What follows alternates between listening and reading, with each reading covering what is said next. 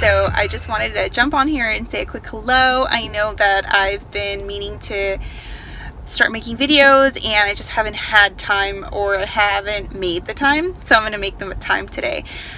For those that do not know me, I was a radio DJ on Spirit 88.9 and 100.1 in Bakersfield. My DJ name was MJ Love, and MJ is my nickname. My real name is Miriam Juarez Bermudez, but of course I'm not gonna just tell you all about my name and all those unimportant details. The reason why I wanted to jump on here is kind of just share my testimony. That's the best way to kind of get the ball rolling with this.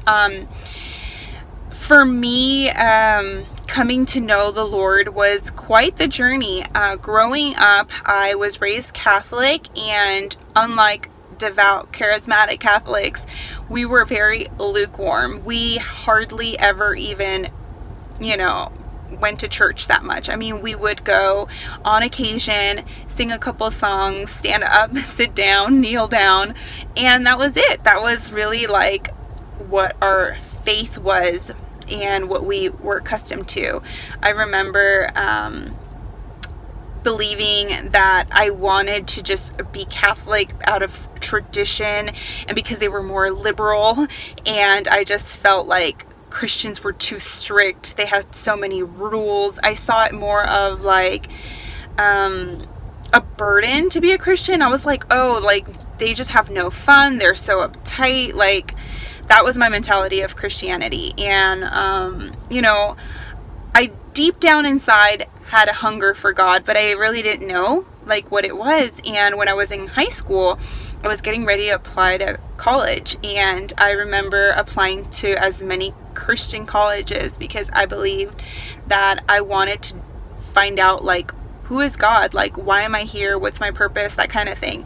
So I applied to a lot of different colleges, and I ended up going to Loyola Marymount University, which is a Catholic university in Southern California. And I remember going to Loyola and attending Mass and just loving it because it was this cute little chapel and we sang lovely songs, and I was just like, there's got to be more to this. Like, I was just left hungry. I think that's the best way to think of it. Like, I was just like wanting more. But yet at the same time, I was having too much fun because for the first time, I didn't have my helicopter parents around me. And growing up as the oldest and the only girl, my mom and dad were very, very strict. I mean, to the point where I couldn't even have Ken dolls because my mom said, like, if you have a Ken doll, you will get pregnant and die. Like, it was like a scene from Mean Girls. Like, seriously. That was my sex ed education right there. And I was just like, oh my gosh, I can't have a Ken doll. So I was just like really, I don't know, sheltered. My mom would not let me have sleepovers because she thought like, what if something happens to me? She was just really overprotective. And, I understand where she was coming from because you see all the stuff going on in the news right now and you would be surprised like what could happen in the blink of an eye, like God forbid. But there's just so many tragedies happening. So I'm grateful for that. But in my mind, I didn't understand that, as a teenager. I was like, oh my gosh, my mom is so boring. Like, they don't let me do anything. Everybody else is doing it. And that was my mentality. Like, I just wanted to be like everybody else. So I went to college. I, started lying to my mom, saying like, oh yeah, I'm just going to school here and living in the dorms and just living my best life and doing nothing wrong. But in reality, like, I was going out to the clubs Thursday, Friday, Saturday, Sunday. Like, I don't even know how I functioned because now, like, that I'm so much older, I'm just like, I could barely like recover the next day if I go to sleep at midnight. But the funny thing is that every time I would go clubbing, a part of my heart, like inside of my spirit, I felt like convicted. And that's the best word to use. I felt convicted. I felt guilty, like I shouldn't be here. I'm not supposed to be here. I don't feel like I belong here. I would see people getting drunk and I would just look at them like beyond their drunkenness, if that's even a word, and I would see sorrow and I would feel like heavy. Like, oh my gosh, this person's depressed. This person is like drinking their problems away because somebody cheated on them. That person just doesn't even have an identity in themselves. So I just began to like psychoanalyze everybody subconsciously, not even knowing it, that was there at the club. So I was just like, I need to get out of here. And I would end up going home and just be like, okay. But then I would do it again because all my friends were doing it. And though I never got into drugs or alcohol or anything like that, or anything crazy, pretty much I like was always kind of like led to go and had my like limits. And then I was like, okay, I'm good. I'm gonna go back now. I always heard my mom's voice in my head or heart, whatever, saying like, you know, I'm watching you. And I was like, oh my gosh, like, you know, and I feel like that was like the fear of God that I didn't know was God at the time. So long story short, that kept going on. I just wasn't really fulfilled in doing that, but it was something I did because it was cool and everybody else was doing it. I remember meeting a guy on MySpace. Yes, MySpace, back in the day before Facebook. And he looked like somebody I went to elementary school with. So I like clicked on his profile and read his testimony. He used to do drugs and all kinds of crazy stuff. And he said that he had an encounter with God.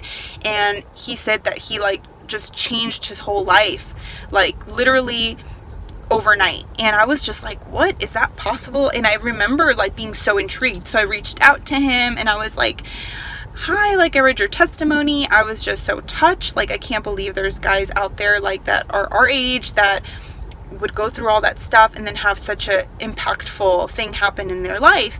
And we became friends, and he was a Christian, a born-again believer at the time, and he told me about Jesus, and I was like, well, what's the difference? Like, God, Jesus, like, I don't understand. And, you know, little by little, he would, like, tell me things like, well, you know, reading your Bible helps you understand who not only God is, but about him and having a relationship with him. And I was like, And deep down inside, it was like interesting, but at the same time, I was like, I know if I start reading this thing, I'm gonna feel guilty and I'm not gonna be able to go and do all the things that I've been doing, like partying and lying and all this stuff. And I wasn't ready. So I remember telling him specifically, like, oh, that's nice, but I'm like not ready for that right now.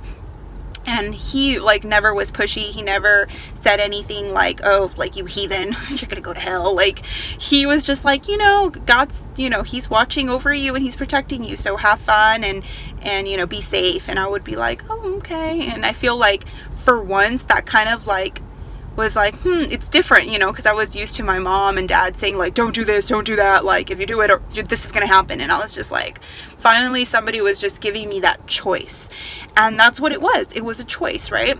So I remember one day going back home from college and sleeping with my mom. And I remember like going to her bed and just going to bed and snuggling up and having this very vivid dream. And, you know, the Lord speaks to me in dreams. And I didn't know it at the time, but he was like strategically working in my life even then. And I remember having this dream where I was in one of these buildings in my university called U-Haul, and it's like, it has glass, you know, around and stuff, but in the dream it was like glass ceilings, glass walls, everything was glass. And I remember in the dream there was an earthquake, and I remember that people were running and screaming, and I knew that I had seconds to think about what to do because the glass was going to shatter and pierce into my skin and I was going to die. And I remember in the dream saying like, oh my gosh, I didn't accept Jesus. And because I remember this guy, you know, that told me about this Jesus and that I needed to accept him in my life and give my life to him in order to be saved. And then I remember seeing this man in my dream. He was this huge, like Santa Claus looking man, but I couldn't see his face. I could only see his body. He was huge. He was like a Paul Bunyan type of body type. And he had this big hand, but his hand was big, but yet it was gentle and soft. And he reached out to me, and again, I couldn't see his face, but I could see his hand, and he just said, trust me.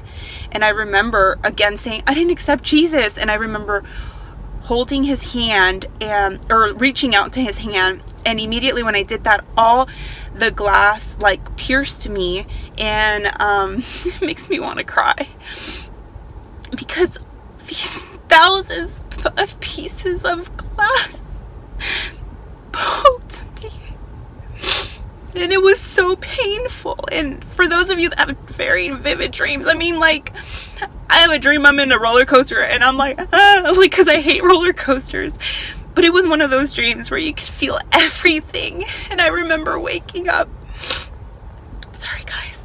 I remember waking up and saying, oh my gosh, I need to accept Jesus. And I remember telling my mom about the dream. And my mom didn't know about my crazy parting ways. But it's like somebody spoke through her. And I believe that was like, you know, the Lord. I mean, she said, you know, I know you're young and I know you want to have fun and want to party, but the biggest party is going to be in heaven and you need to like accept the Lord. She wasn't even a Christian, and I was like, oh my gosh.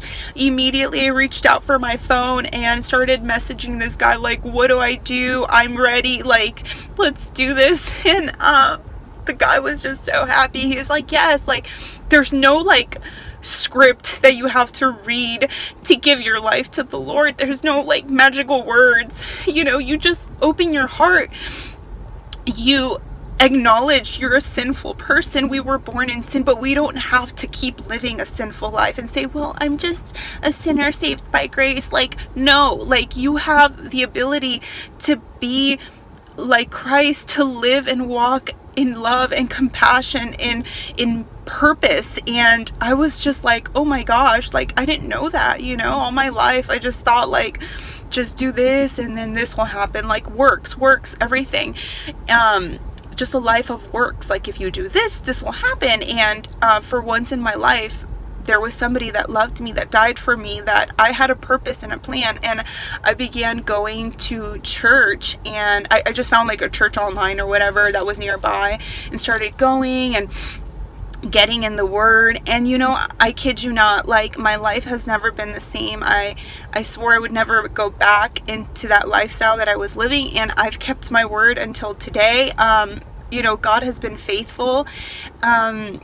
A lot of my friends that were my friends at the time stopped talking to me. I was considered weird now, like, oh, like she's a little Jesus freak, like she's so religious. Like, I don't care, you know, I don't care, because I have the biggest treasure of all, and that's Christ. And I was just like so in love with him, and it just, you know, each day was a step to what he wanted me to do. And you know, 10 years, it was back in 2009, 10 years or like almost 11 years actually later, here I am, and I just love the Lord so much. I am not perfect, but I strive to tell others about the love of Christ, because it's real, and it changed me.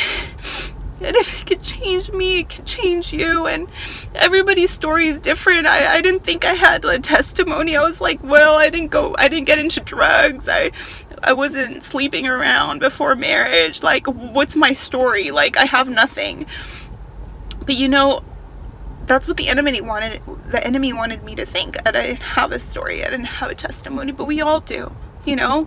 We're all broken people searching for purpose, and Christ is the only one that has given us that purpose. And you know, with the help of the Holy Spirit, you know, God sends help, and he's knocking at the door of your heart. All you have to do is answer and say yes, and your life will never be the same, but it's going to be for a good thing. And I just hope that really encouraged you, even if it's like this much, because it's true, and there's nothing else I could say to convince you besides my own experience and letting you know how it changed me. And if it could change me, it can change you. So God bless you guys. Thank you for watching, and I love you.